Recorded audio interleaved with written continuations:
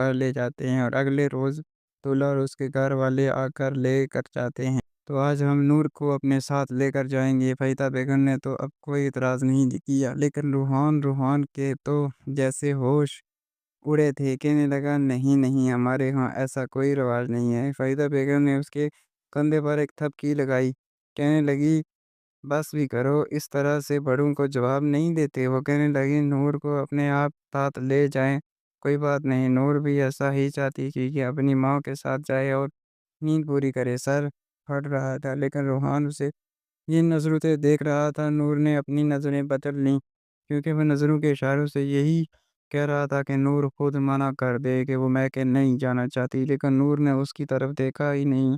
اپنے والدین کے ساتھ وہ واپس گھر آ گئی۔ جیسے ہی کپڑے چینج کر کے وہ سونے کے لیے لیٹی تھی کہ روحان کا فون ہونے لگا۔ اس نے فون اٹھایا، کہنے لگا یہ کیا طریقہ ہے تمہارے گھر والوں کا، ایسا کون کرتا ہے؟ کہنے لگی روحان یہ رسم۔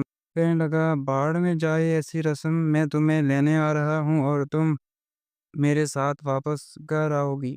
روحان بے حد غصے میں تھا۔ نور کہنے لگی روحان میری بات کو سمجھنے کی کوشش کریں، میں اپنے والدین سے کیا بہانہ بناؤں گی؟ وہ کہنے لگا کچھ بھی بہانہ بناؤ، میں کچھ نہیں جانتا۔ اچھا یہ بتاؤ تم نے چینج تو نہیں کیا؟ وہ کہنے لگی میں سب کچھ چینج کر کے سونے لگی تھی۔ وہ کہنے لگا مجھے نہیں پتا، میں ابھی آ رہا ہوں، جلدی سے تیار ہو، بالکل ویسے ہی لگو جیسے ولیمے میں لگ رہی تھی، لیکن تمہارے زیورات میں خود اتاروں گا، تمہارے ایک ایک چیز میں اپنے ہاتھوں سے اتاروں گا، ایسے سواگرات کو اتاری تھی۔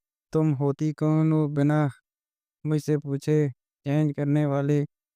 تم میری ہو نور، میری اجازت کے بغیر تم کچھ بھی کرنے کی اجازت نہیں ہے۔ نور کا تو جیسے سانس سینے میں تھم سا گیا تھا، کیونکہ وہ بہت غصے میں کہہ رہا تھا کہ نور کہنے لگی پلیز ابھی نہیں روحان میری بات کو سمجھے، میرے گھر والے پریشان ہو جائیں گے۔ کہنے لگے مجھے کوئی فرق نہیں پڑتا کون پریشان ہوتا ہے، کیسے برا لگتا ہے، مجھے کوئی فرق نہیں پڑتا، تم میری بیوی ہو اور مجھے رات کو تم اپنے کمرے میں چاہیے ہو۔ میں تمہیں رات اپنے بستر پر دیکھنا چاہتا ہوں، تمہارے پاس صرف 15 منٹ ہے، 15 منٹ کے اندر اندر ویسے ہی تیار ہو جاؤ کہ تم ولیمے پہ لگ رہی، زیورات بھی ایسے ہی پہن کے رکھنا۔ میں تمہیں اشارے کر رہا تھا اپنے والدہ کو منع کر دو، کوئی بھی بہانہ بنا دو، لیکن تم نے تو میری طرف دیکھنے کی زحمت تک نہیں کی تھی۔ کیا تمہاری نظر میں میری یہ اہمیت ہے؟ پتہ نہیں روحان کو ہوا کیا تھا، کچھ بھی سننے کو تیار نہیں تھا۔ اپنی بات کہہ کر اس نے فون بند کر دیا اور نور سوچ میں پڑ گئی تھی کہ کیا کرے اور وہ کیا نہ کرے۔